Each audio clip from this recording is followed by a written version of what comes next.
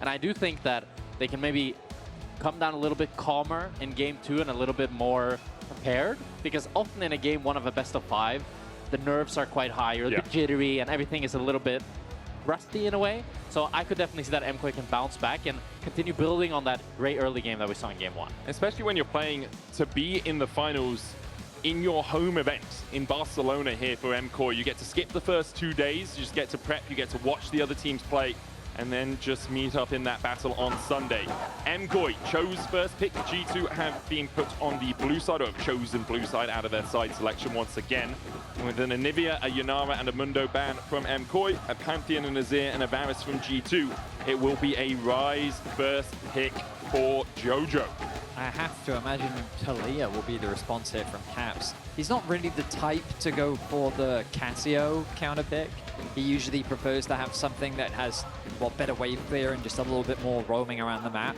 We'll see if that is the direction he decides to go for. It's going to be the Rumble for Broken Blade once again. He had a fantastic Rumble game in his last performance. I want to say it was against KC.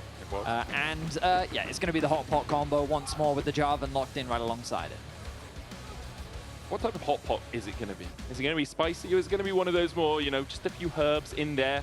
Can Broken Blade get far enough ahead of Myrwyn when Myrwyn does have a counter pick on this Rumble to really get those that water bubbling inside the Cataclysm? MKOI likely to look towards their jungler, with G2 having already selected theirs. Can also pick top as an answer to this Rumble. Don't need to reveal anything on the bottom side of the map as of yet.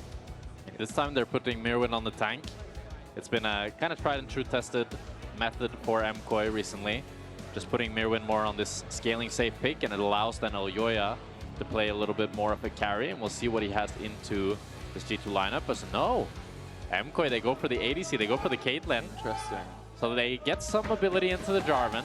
The one kind of downside of playing Caitlyn into Jarvan is that as Caitlyn, you really want to be playing very far up in the lane. You want to push tower, and Jarvan's a great gank. So SkewMond this game, I would love to see him try to do some proactive plays early game around this bot side, because most likely Hansam and Labrov are going to be playing a losing matchup. But with the Ornn pick, MKOI can also say, yeah, let's just send Elyoya down towards that bottom side. Ornn can survive on its own. Myrwyn's played it twice this split, has only died once, a 26 KDA, 100% win rate on the pick against Vitality and Na'Vi. The Taliyah locked in, as you say, Vedi, not the Casio there for Caps, and we move into the second phase of bans. I do like the idea of trying to get push through your bot side, knowing you're going to be receiving quite a lot of pressure. Oh. They banned Elise. Okay. Elise Caitlyn? Yeah, they're worried about that all-in combo. I wanted to say Jhin for Hansama, but he's not really a Jhin player. And also into Ornn, I don't know if I love it. It seems that, okay, well, KOI is still worried about it, so they're going to ban it away. I mean, Jhin would be the best pick by far, so you have the right instincts there for sure. And I do think, though, with the game 1... Corki on next best? Yeah, I think Corki... Felios would be my only other one. I think Sapil's laning phase pretty hard. I would say Sivir, but Sivir he already picked in game 1. What about Jinx, maybe? Jinx, we saw it played by Carsey. The thing is, quite the losing lane, but you do kind of scale. Ashe. Ashe is decent, yeah. They could do an Ashe Seraphine bot lane. I don't think that's terrible. I could see that. Xayah Rakan. Could also do that. That's very G2. Yeah. Pretty hard lane, though. A very difficult lane, 100%, but you know you're going to get pressure anyway.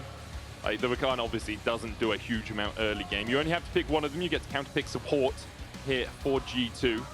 The Nami ban by MKOI. Kind of targeting both Corki Nami and Lucian Nami there. And just removing some sustain. That makes sense. The thing is, there's so many range supports taken out because both the Bard and the Nico were played in game 1, and now 3 range supports ban. So you're saying Zeri Yuumi is what we should look at? Or Ashe Seraphine. Kalista Renata. Just go all in. Is the Ashe. Good call on that, Vedi. We'll see what G2 want to put alongside it. It's really dictated by what support MKOI decide to go for. Bring Heimerdinger back. My goodness. That would be crazy. Not Yarnan we did, Vedi. It's not Yarnan Well, I mean, did. I always think of the 2022 Worlds, the Deft bot lane. Why have I forgotten what support played with Deft? Beryl. Beryl, yeah. When, come on, it's I know, it's a Heimerdinger support. Yeah, what support is it going to be? My bad. That's on me. All right, what's KOI going to go for the jungle? It's looking like a Xin Zhao. So a very stock standard front to back from KOI. I kind of just prefer G2's front to back though. I feel like that it just kind of has more options, I feel like it's really hard for Ryze to play into this draft. Like, you've got the long range from the Ashe, the poke from the Taliyah, and then when you get in close range, like the ulti from the Rumble can do a lot. It's a Braum, no? I mean, they take away the Seraphine Nautilus from the instead? Ashe. Okay. I mean, I understand the takeaway, but I feel like Braum here, although you are ceding a lot of lane pressure, Braum into Ornn, into Seraphine, even into Zhao when he's jumping forward, you get those concussive But isn't blows Braum on. just kind of miserable into range sports in Oh, general? 100%, yeah, pretty tough but Braum is matchup. really strong at the moment. But It's good in, I mean, yeah, I got feel like nerfed I'm hearing this some batch. bias here. I mean, it's good into the 26.4, no? top side. 26.3. It was 26.3, you're right. This patch, yeah. Sorry, Jack, we totally interrupted. Yeah. Betty and I were on a pedantic streak there, we totally interrupted. It's all Jack, good. give us the actual I analysis. mean, Braum is pretty rough into the bot lane matchup, as you say, Vedi, but it is good into the top side. But I think the Nautilus, Nautilus Taliyah, really good combo, and it gives a little bit more engage. And it also doesn't give too much like cleanse or Merc Treads value, because Nautilus doesn't really have any CC that you can do much against. So I like what G2 has built here, but I like both drafts, to be honest. I think I'm favoring MKOI because they have so much tankiness in the Ornn, in the Xin Zhao, and they have that Seraphine that will scale up and do so much later on. I guess for me, the things that concern me is Xin's dashing into Taliyah. I think that Caitlyn Seraphine is a bot lane combo. They do have a lot of poke, but I feel like the strength of Ashe is her slowing self-peel both synergizes nicely with the Seraphine, which... how reliable do you think it is to do the root into trap combo? If you get the empowered Seraphine E, then it's pretty reliable, I'd say. Okay, yeah. And especially with the ultimate as well. There's no cleanse on Hansama as we enter game 2 here. I think there's a lot Alvaro can definitely do, but it's not as easy to execute Ashe Seraphine, as you say, Vedi. Okay, fair. Well, let's see what they bring to the table. KOI had a fantastic early game. It didn't result in a huge early gold lead, but the things that they did do was, first of all, put pressure down onto Caps. We know that G2 has Caps as a centerpiece in terms of their early game control and advantage, and putting him behind is definitely a step in the right direction. They also had masterful control over all of the early dragons, and I think that throughout the first 20 minutes of the game, it was non-stop pressure from KOI onto G2. Labrov going for the Oracle's Adoration instead of that warding trinket to start things off here. Wants to try and control these bushes as much as possible. You don't want to give Seraphine control of that middle bush because she walks out, auto attacks you, walks back. It becomes really hard for you to trade effectively. You can also use the beat drop, that E or the high note to get the extra damage down. He's still losing the pressure. Hansama did take a big chunk early on, so Supa and Alvaro doing a good job of forcing Hansama and Labrov to respect their power in this early game. Really good trades from MKOI here. They hit all their key spells while dodging the Nautilus hook, and you see these Alvaro E's are continuing to land. And that means that they're going to get full control of bot here. I think MKOI are looking to kind of just repeat the early game from game 1, try to leverage this bot prio to stack Drakes and have a nice, stable early game. One crucial thing about this game is that both mid laners, neither of them have teleport. So if Caps dies to an early gank like we saw last game, he can lose a lot of minions and be put really far behind. Same is true to Jojo. If he is caught out early on, perhaps with an early gank from SkewMond on this Jarvan, it's very tricky for him to play. It's been a while since we've seen Alvaro on this Seraphine pick, all the way back in 2021 when he was playing for the KOI Kiwis in Tier 3. It's been a hot minute for the guy. Don't think a Seraphine is something that we would usually associate too much with the player, but one of the best supports in the league, often challenging for that position as the best support in the league, has tried his hand at everything and has been pretty successful at all of it. Absolutely. Bit of information going to be garnered. Hook being threatened. Elyoya spotted out. Will that hook come through from Labrov? Yes, it will. Lands the root onto Alvaro. Hansama did get slowed by the beat drop. SkewMond here first. Awesome damage onto Labrov! Supa! Holy! He puts the trap down and then does the EW combo to get a trap behind Labrov, which he then chains with the Q to take Labrov down. And that was some clean Caitlyn mechanics. And I think he also just stacked a headshot passive too. I think he got 3 headshots off in that skirmish. Like, as I was wondering where the third one was coming from, and I'm pretty sure it was just him building one up. The first trap, then the E, then the second trap. Then the W, second W, yeah. Is there a cooldown? I didn't realize that there was 2 traps. Okay, my bad. You can stack them Yeah, there is a cooldown, first... it has to replenish. Yeah, similar to Heimer's Okay, we'll see it here. put So he down. gets the first trap off of the CC from Alvaro. Root then trap. he does EW combo. You can cast the W And while there's you're the second Eing. trap. And the Yeah, second trap that's- is behind Okay, Labrov. clean, man. That Triple was heads. clean. It's very nice. Well played there by Man's Supa. taking names, and because of that, MKOI able to get more push down towards this bottom side. Already almost an 800 gold lead for Supa on this Caitlyn. That battle in the bot lane, one we had always wanted to watch in this series. Was important in game one, but more about the scaling. Here, we see Hans Summer and Supa battling out for early game control. Now, of course, this graphic doesn't include the game one performances from both of these teams, but you recognize. Oh, hang on a minute. Super caught out. He's going to have to use the cleanse, but Hans Summer with the slows. Heal comes out. Hans Summer has to back away. Labrov will be able to get the kill. Alvaro forced away as well. That might be a caster curse and a half as Labrov. Does he have the hook? Flashes for it. I think he was looking for the flash staggering blows there, but just not quite off cooldown. Tried to get the auto reset, but Alvaro was able to flash out, but Supa ends up dying, and the gold lead is still in his favor, but it swung slightly back into Hans Summer. I mean, the craziest thing about that was, had Supa based yet? Or were they both just sitting on a Dorn's leg? No, he was still sitting on the gold, I was going to say, because obviously if he'd had an opportunity to go back to base, that wouldn't have happened. The item differential would have made it, but now it's Hans that gets to come back with a BF sword as well. So just like that, a nice hook connects from Labrov. And Prison. Good flag and drag over the wall there by SkewMond. Sometimes can be tricked right at the edge of the flag and drag range. If you put your flag down, it can be pushed over the wall just outside of the Dragon Strike, I think it's called, the Q. I've been victim to that many a time. But I feel like this game, it highlights the character of Supa. Do really cool, crazy play, and then immediately make a mistake to kind of lose the lead. Was it a mistake? Because I'd have to look at the state of the lane, but the thing about Nautilus in a hook It's hard to say because we were in the replay, but for sure when you kill the enemy support, you should be able to have a base timing before Labrov gets back. That would be my criticism, that they weren't able to base. So I think part of it was Elyoya came down and they were looking for a dive on Hans Summer before Labrov could get back out. And then after they looked for the dive, Labrov was already there. And they were like, oh, we need to get another wave in, try and get the push in to make sure that we have an advantageous recall timing. Didn't get it, and because of that, didn't have the gold spent. As we see both the junglers down towards this bottom side once again. Still a lead for Supa. Cut by about 200 gold. Very far here. That he is. Flag and drag into the hook. Alvaro, no escape. A volley from Hans Summer. And the arrows from his quiver find their mark. And Alvaro, I think he's not used to playing such a squishy champ like the Seraphine. He's not respecting the hook range, and as soon as they get on top of him, he dies so incredibly fast. The Seraphine is so squishy. I mean, for me, though, we've been seeing Alvaro play way more range support this split. We've seen Nami, we've seen Lulu, and him bringing up the Seraphine isn't too much of a surprise. The biggest surprise, knocked back. Onto Cats. Jojo Jojo going in with the Ghost. Spell Flux won't be enough. Counter Ghost used. So both the mid laners will be able to retreat. Labrov here, just shadowing Caps. Likely step forward to get that cannon.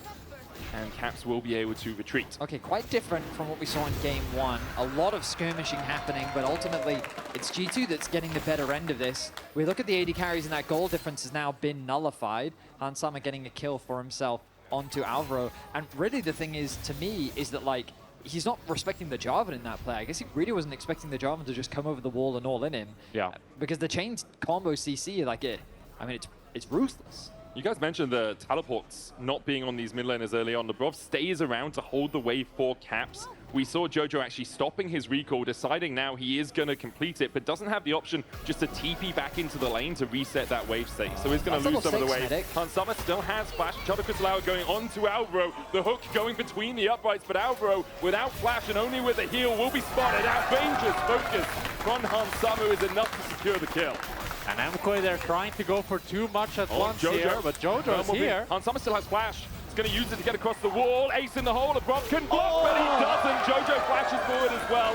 Caps not moving from the mid lane means that Labrov here is all on his lonesome. He'll go down. MKOI claim 2. A much needed roam from Jojo to get involved in the map. This bot lane was getting so violent, and they needed it to go the way of KOI. So involving the Ryze was a much needed play.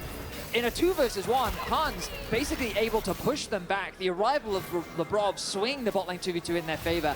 Alvaro drops, but then Jojo arrives. Yeah, and a really intelligent roam here by Jojo, because we saw that mid lane was frozen. So Jojo just says, I don't care about the mid wave. You guys are fist fighting on bot. I will move. Even if Labrov blocks the ulti, Jojo's still going to finish on Sama. And with that, it's 2 kills going for the way of MKOI. And Jojo, even though he lost that wave, gets himself a kill. Now has a 450 gold lead over Caps on this Taliyah. Catalyst of Aeons and the tier already stacking up for him. Don't forget that Jojo had already built up about a 15 CS lead in the matchup as well. And we talked about it in game 1, but I do think that Jojo is the guy that does push Caps like this in the laning phase. He's not afraid to play in your phase. He's not afraid to find his own leads. And also it helps that Elyoya is ready to cover him, which we've seen a couple times already in this game. Even if he doesn't gank, he's just in the vicinity to try and put some pressure down onto Caps. We haven't looked much up towards the top side. Broken Blade on this Rumble, as expected, has developed a lead over Myrwyn. About 700 gold his advantage. Now with a completed Liandry's where Myrwyn doesn't have the Kaenic Rookern yet, it's going to be hard for Myrwyn until he gets that first real, sizable magic resist item to deal with this Rumble, at least in the lane. Also, knowing that SkewMond is on this side of the map because he's just taking the grubs means that Myrwyn does have to play a little bit more passive. Elyoya using that time, though, to come down towards the bottom side. Enchanted Crystal Arrow, Ignite on Supa, he'll cleanse it away. Labrov going to fall.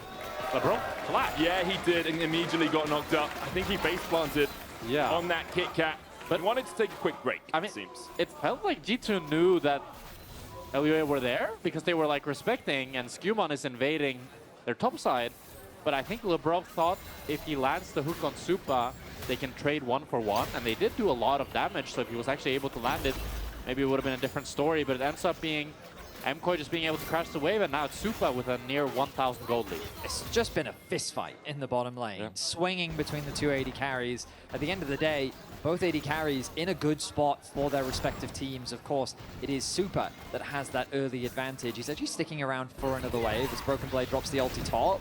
Myrwyn here, even with the Flame Spitter and those Electro Harpoons, can tank up that damage. Has enough magic resist to do so, but will continuously be chunked out. Elyoya coming up here. With Drake up in a minute's time, Broken Blade might not think about the fact that Elyoya could be there. There's also the possibility of Jojo moving up with the Realm Warp, but immediately runs back. A lot of pings coming out from G2, and Broken Blade respects the fact that perhaps there's someone there. Alvaro going to get caught out by SkewMond with that initial knockup. Alvaro does have the flash, will use it. Also holding on to that encore. Flash under tower for Alvaro. He's dead. Yeah, that means Supa's on his way.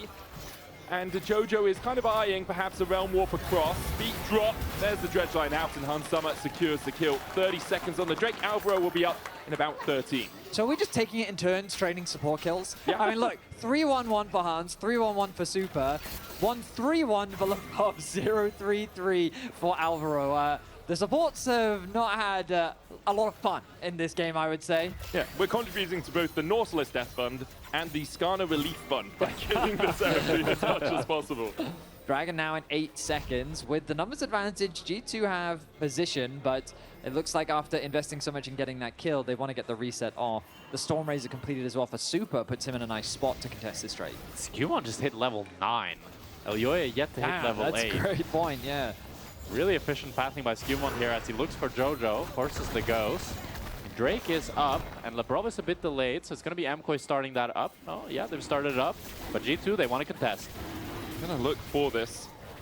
The Hex Tech Drake getting the slows. TP behind here by BB. No equalizer for him. Arrow's going to hit onto Elyoya. Crescent Guard out, capped with a seismic shove back, and the shield from the Locket still rooted. A volley over the wall will kill off Alvaro. Elyoya falls second, and now Jojo tries to join the fray, but immediately is knocked up. The chase continues for SkewMond, and Supa, the last man standing, but he'll burn where he stands. BB cremates him under the tower as G2 clean up the fight. And it's BB with the teleport that makes the difference. Myrwyn doesn't have it to match it, so even though it starts off quite good for MKOI with Caps going way too deep, it still doesn't matter. It's a 4 versus 5.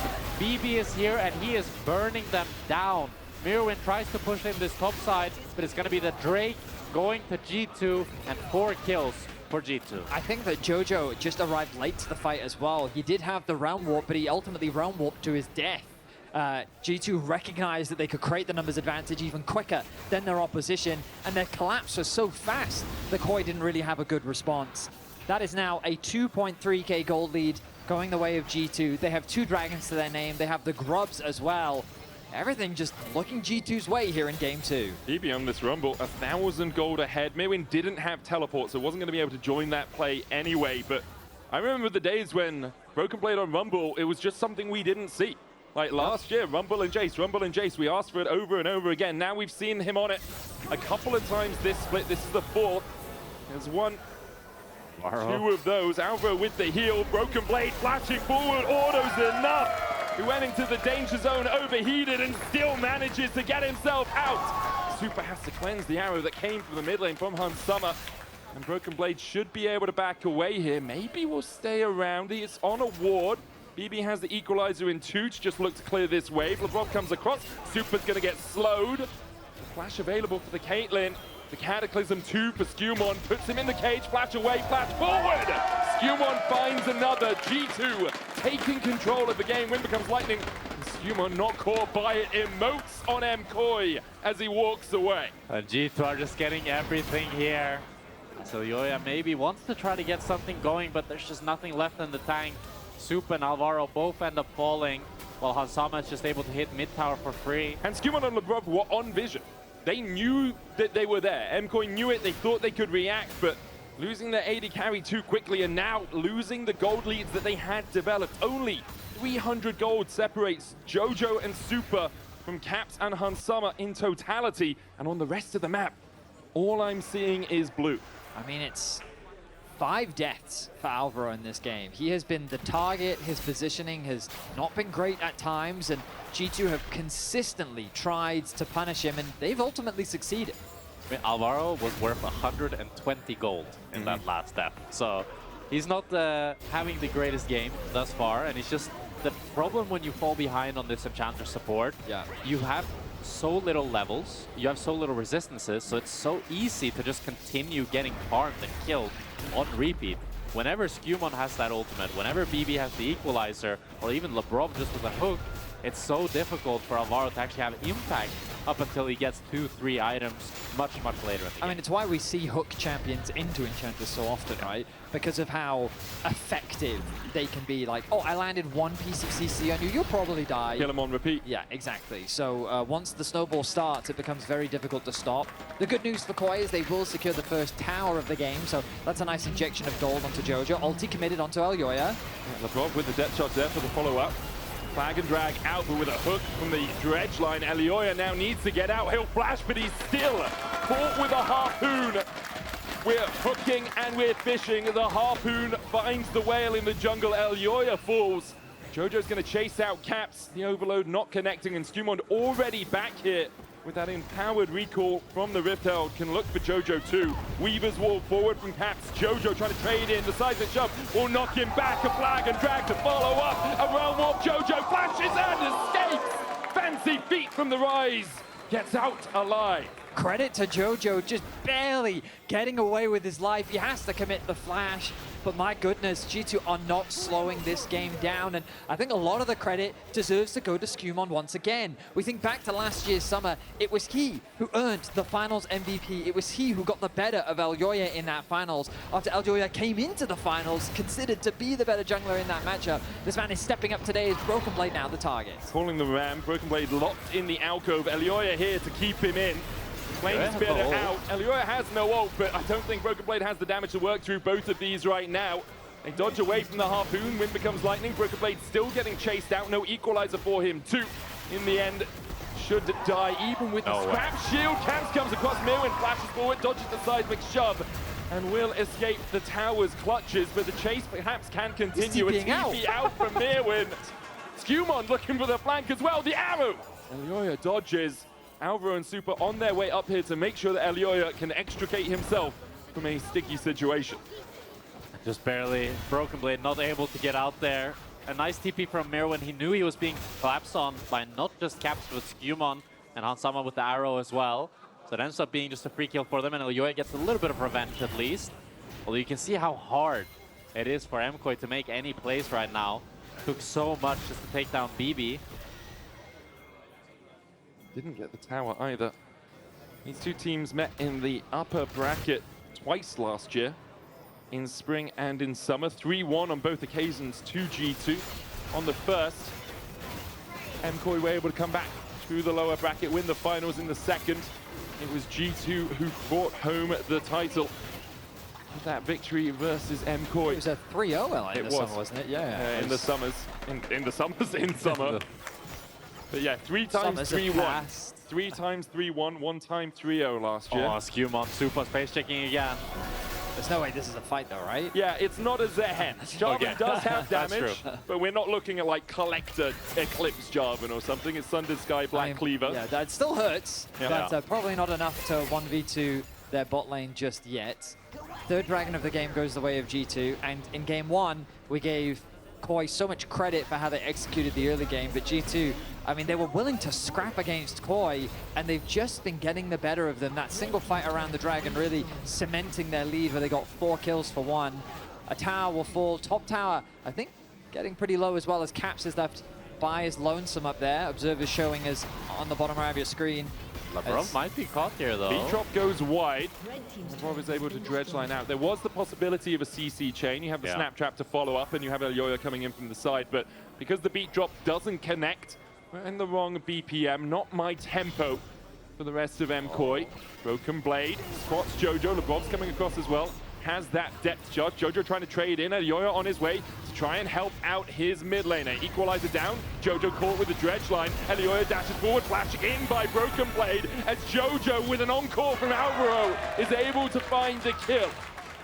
I mean, Jojo's doing his best in the situation that they've got, and the support comes in at just the right time. Now Supa caught out.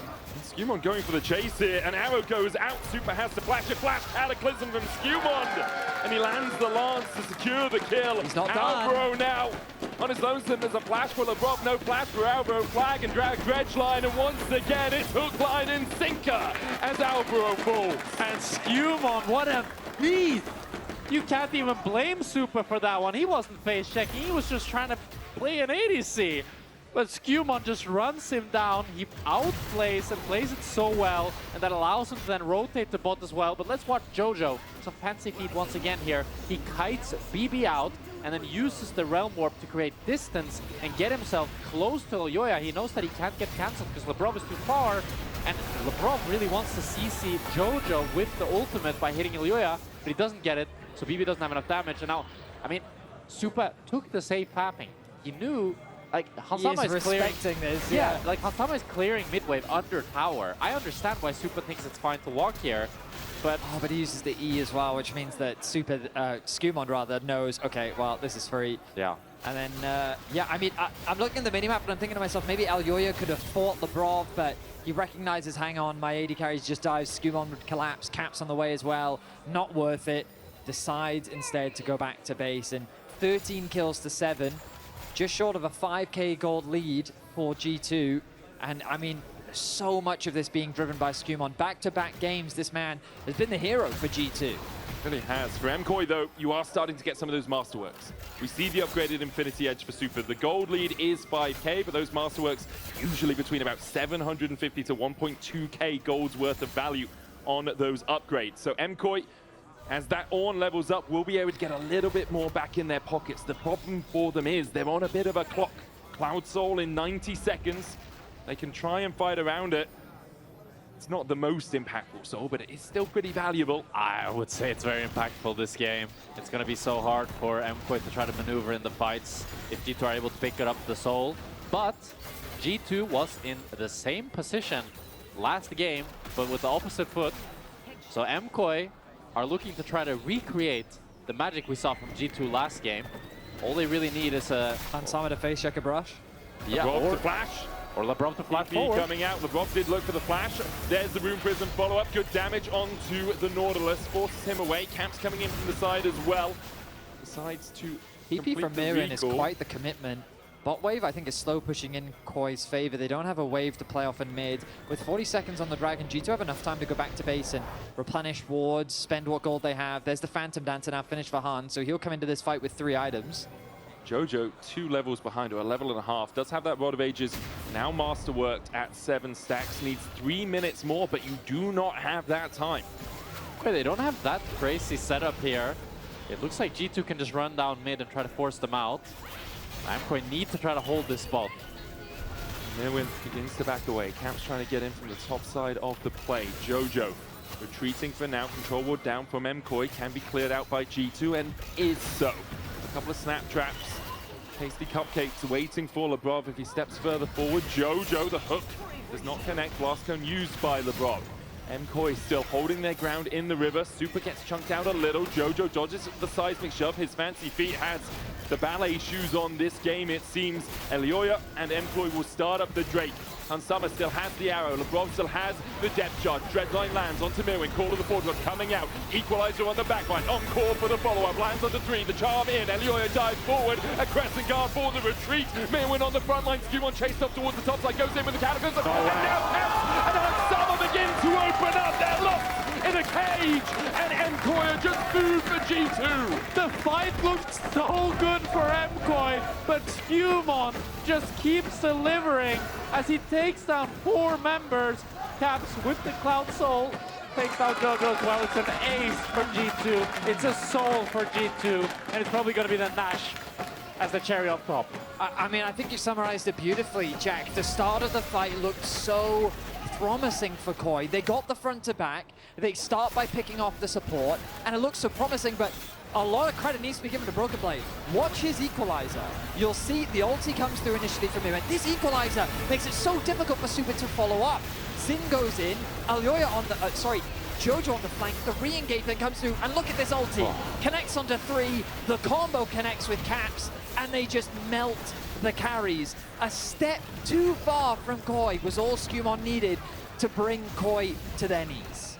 MKOI, a team that we so often praise for their team fighting. G2 here, just accepting the pressure, not buckling, just bending, and then breaking MKOI's hearts as they dive back in. A Cloud Soul and a Baron, 2.5 minutes left on it here for G2. And what a performance overall from them. For MKOI, you're looking at the last dregs of hope, at least in this game. It is a best of 5. You have 3 more to try and reverse sweep. As far as it's been a statement series from SkewMond. I think a lot of people were looking at Elyoya as one of the best junglers alongside maybe Yike. I think a lot of people were kind of down on the SkewMond stocks, especially with the rough regular season that G2 had. But this is the SkewMond that we saw last summer. This is the SkewMond that we saw dominate. I mean, he full clears, but after that, he is on the line. 16 kill participation out of 18, only missing 2 across the entirety of this game. And now G2 once again with that 2-lane split. Push for the bottom inhib. Tower will be able to take it. Can go for the inhib as well. Unsummer unleashing his quiver onto it. Will take it down. G2 still have 90 seconds on the Baron. SkewMond making sure that cannon minion is buffed up. MKOI trying to defend the mid lane for now as Jojo split pushes. Summer's hitting the Nexus turrets. That he is 1 down. They do respawn. Jojo now back.